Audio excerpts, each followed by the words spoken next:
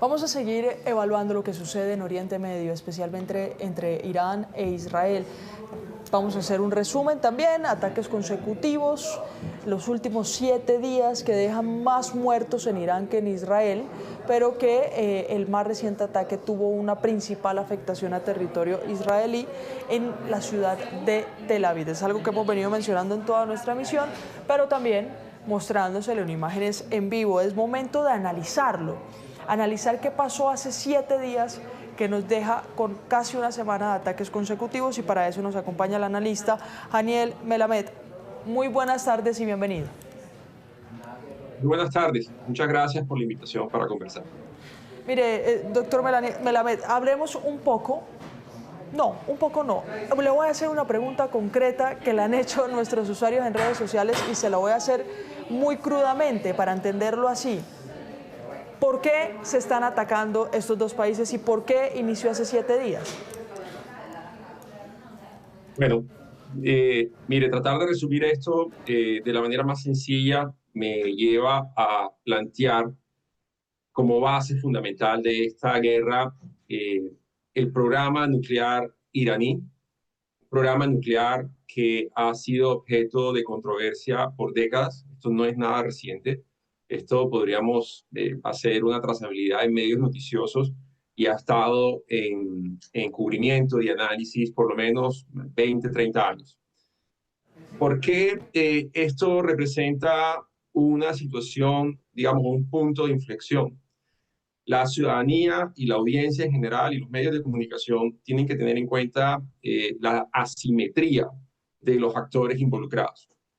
De un lado tiene a un país como Irán, que es 2 veces el tamaño de Colombia, y por el otro lado tiene a un país como Israel, que para ponerlo en términos de comparación que sean familiares, es del tamaño de La Guajira.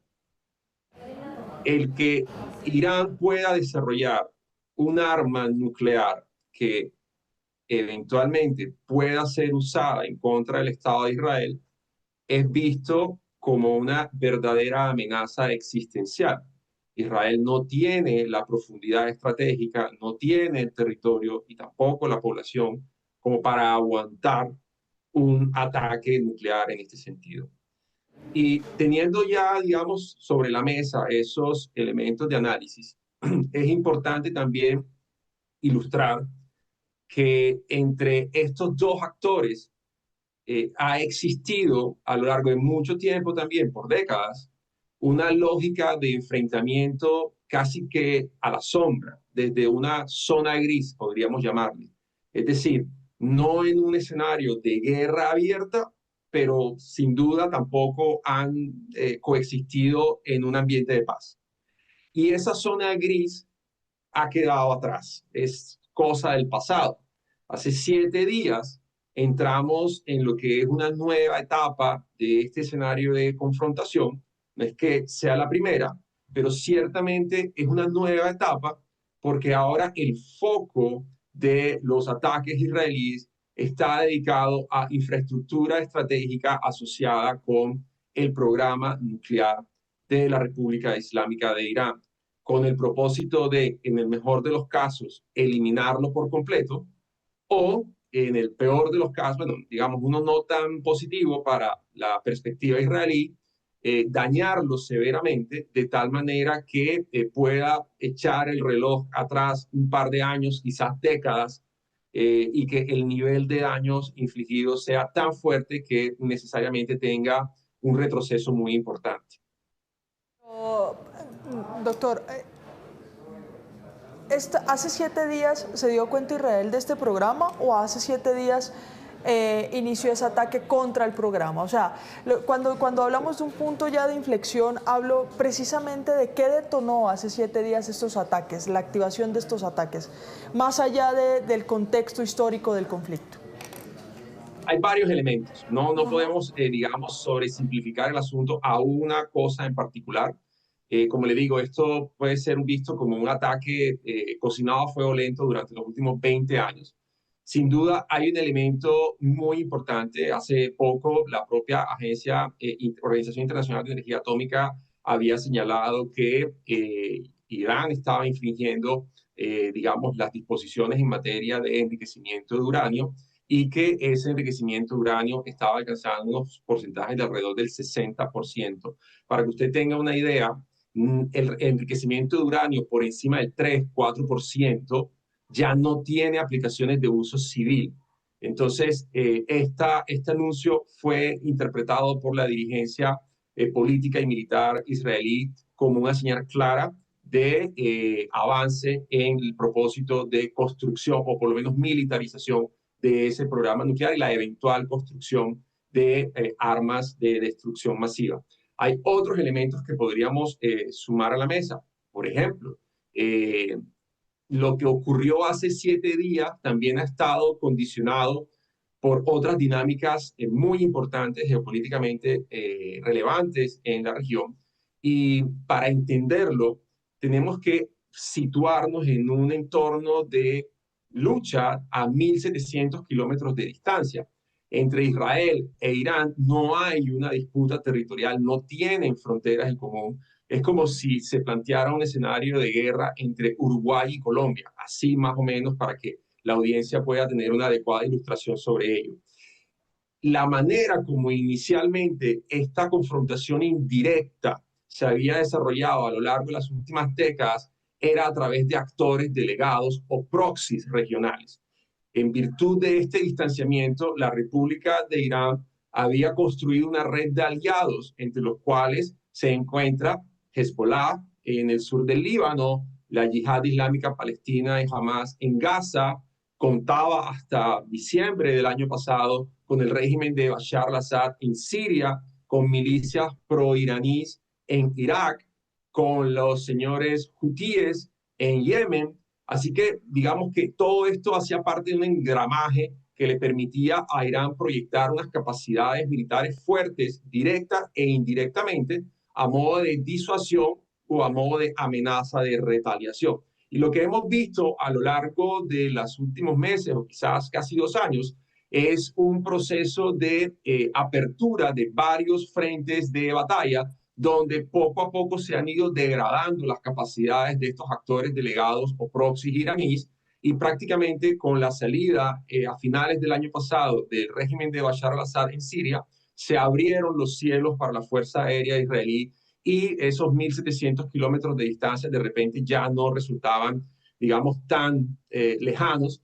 y frente a una preparación y debida antelación de décadas de planificación, de inteligencia y de conocimiento de las capacidades del enemigo en este caso, pues abrió la posibilidad para ese ataque que ha puesto este escenario en la mesa de análisis con mayor intensidad a partir de los últimos 7 días. Pero, mire, le voy a decir profesor también. Mire, profesor, hablemos un poco también de las capacidades de Israel, porque usted mismo lo dijo. Se han registrado constantes conflictos y enfrentamientos con otros grupos que de manera indirecta se han apoyado desde Irán. El más reciente y lo que se ha conocido, la crisis humanitaria, la crisis social que se vive en Gaza por cuenta de este conflicto entre Hamas e Israel. La capacidad de Israel luego de un conflicto y una guerra tan sostenida con Hamas en esa línea de Gaza, ese territorio de Gaza, adiciónele a eso otros conflictos con otros grupos y ahora un ataque directo de Irán. ¿Cómo está? ¿Cómo está esa capacidad de Israel? Sí, es una buena pregunta. Y para responderla, creo que es necesario plantear que este escenario de guerra multifrontal no toma por sorpresa a la dirigencia política o militar de israelí. En Israel, la dirigencia político y militar vive una especie de estado de, ¿cómo llamarlo de alguna manera?, alerta permanente, y son plenamente conscientes de que esta guerra que estamos viendo con Irán a partir de los últimos 7 días hace parte de un escenario mucho más complejo. Es decir, es una parte de un conjunto mucho mayor. Y ese conjunto mucho mayor implica por lo menos 9 frentes abiertos en simultáneo que se han venido desarrollando no solamente hace 7 días, desde antes. Así que, como le digo, esto no es un asunto que necesariamente tome por sorpresa a la dirigencia israelí. De hecho, mi análisis al respecto es que tomaron las debidas precauciones de, de abastecimiento de armas, de inteligencia, de posicionamiento de unidades dentro del propio territorio de Irán para tratar de golpear lo más rápido y lo más contundente posible este objetivo que por supuesto es muy ambicioso y que no existen garantías de que eventualmente se vaya a materializar de acuerdo a los intereses israelíes. Digamos que no sabemos todavía, es muy temprano como para tratar de hacer una medición apresurada de cuán efectivo está siendo esta campaña de bombardeo frente a las instalaciones estratégicas del programa nuclear iraní. Hay un elemento que, si me permite plantear también sobre la mesa para mayor ilustración de la audiencia, es necesario tomar en consideración. Ya antes Israel ha atacado a países considerados hostiles y que se habían embarcado en el desarrollo de programas nucleares. Hace parte de una doctrina de seguridad llamada la doctrina Begin, que estipula que para garantizar la propia existencia del Estado de Israel, pues Israel no puede permitirse que un actor estatal, en este caso Irán, o otro, como en el pasado fueron Irak y Siria, desarrolle armas nucleares que eventualmente puedan borrarlo del mapa. Y estoy literalmente usando esa expresión no de manera arbitraria, sino consciente precisamente de los efectos que podría tener un ataque nuclear sobre un país como Israel del tamaño de La Guajira, como lo mencionaba anteriormente. En 1981 se realizó un ataque preventivo contra el reactor nuclear iraquí de Osirak y en una primera instancia se había calculado que el ataque había sido lo suficientemente bueno como para dañar sustancialmente ese programa nuclear y efectivamente no solamente lo dañó, lo eliminó por completo. Luego en el 2007 algo similar ocurre en Siria, atacan el reactor nuclear de Al-Kibar. En una primera evaluación se cree que fue lo suficientemente dañado por lo menos para retrasar en unos años su desarrollo y eventualmente terminó siendo el daño tan certero que finalmente terminó cerrando la puerta de este programa nuclear. Lo que ocurre con Irán es distinto ahora a lo que ocurrió hace un par de años o décadas, porque los iraníes tomaron atenta nota precisamente de este antecedente histórico y tomaron dos medidas de protección para garantizar la longevidad de su programa nuclear. Primero, lo fracturaron, es decir, no unificaron en una sola gran instalación todos los componentes o todos los procesos necesarios para desarrollarlo, de tal manera que así aumentaban las probabilidades que frente a un ataque de Israel pudieran minimizar, digamos, la eventual destrucción a totalidad del programa. A lo mejor serían dañadas algunas partes, algunos procesos, pero no la totalidad del programa. Y otra segunda medida de protección que tomaron en la dirigencia política y militar iraní fue proteger algunas de estas instalaciones sensibles del programa nuclear bajo tierra. Y para eso yo invitaría a que las personas tomaran un mapa y revisaran cómo es la topografía de Irán, un país muy montañoso. Es decir, estas montañas proporcionan una capa natural de blindaje, si se le quiere decir, adicional a las instalaciones de este programa nuclear, lo que hace muy complejo que efectivamente esta campaña de bombardeos pueda ser señalada a priori como necesariamente que va a tener un éxito rotundo. Creo que hay que esperar y todavía es muy pronto para lanzar algunas mediciones al respecto. Sí, bueno, es que mi pregunta de hecho va dirigida, mi siguiente pregunta va dirigida hacia eso, hacia qué tan cerca o qué tan lejos estaríamos de comprobar o de revisar con pruebas específicas de que Irán sí tiene una capacidad instalada para la creación de armas nucleares o ya las adelantó y por eso tal vez la reacción de hace 7 días de Israel. Y claro, usted ha tomado una frase muy dinámica, muy ilustrativa de ser así, Israel sería el primero en ser borrado del mapa.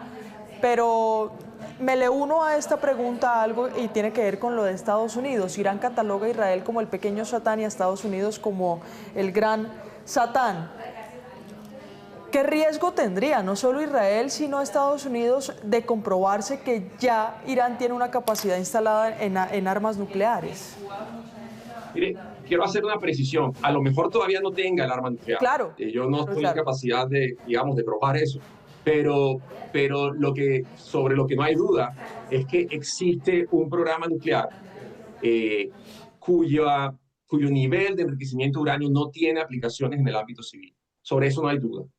Y existe también sobre la mesa ya abierto de análisis una narrativa muy incendiaria por parte de la dirigencia político, militar, inclusive religiosa de Irán, en contra de Israel. Usted muy bien lo ha señalado, a quien señalan como el pequeño Satán, y en contra también de los Estados Unidos, al que señalan como el gran Satán, porque consideran que la influencia de los Estados Unidos en la región es tóxica y que ha generado el distanciamiento de muchas comunidades, países y pueblos de la debida observancia del Islam.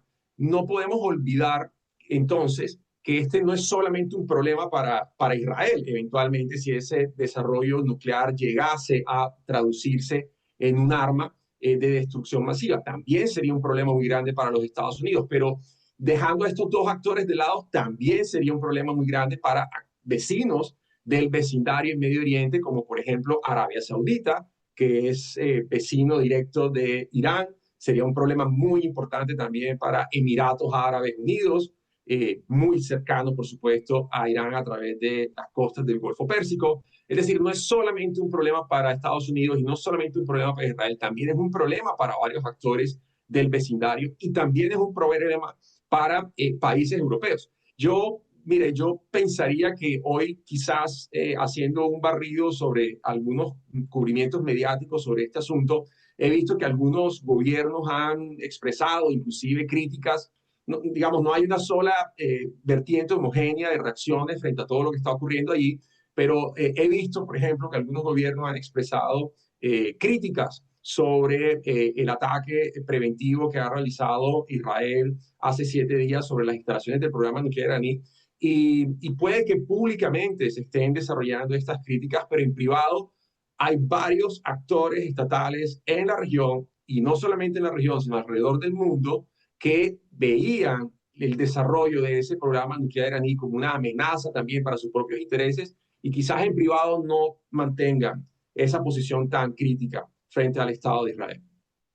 Bien, gracias al profesor y por supuesto analista, experto, PhD, también en seguridad internacional, Haniel Melamed. Gracias a usted por eso. Algunas conclusiones de lo que acabamos de decir. Primero, que este conflicto entre Irán e Israel ha sido histórico, si bien ha tenido unos picos de guerra, también hay que decir la mayoría de esas ha sido de manera indirecta, como lo es en un apoyo por parte de Irán, asegura Israel, a Hezbollah, pero también ejemplo Hamas, que han causado grandes enfrentamientos, especialmente en esa franja de Gaza.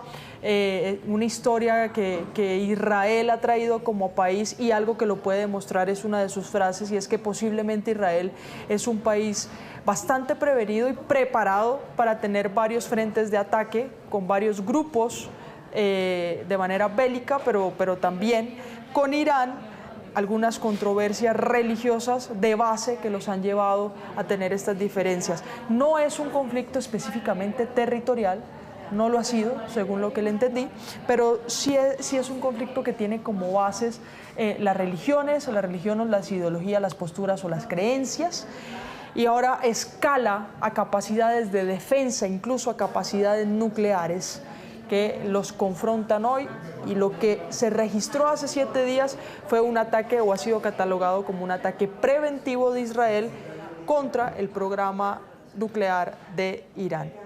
Con esas conclusiones lo despido. Gracias nuevamente por estos minutos aquí en Noticias Caracol en Vivo. Con mucho gusto, muy amables por la invitación.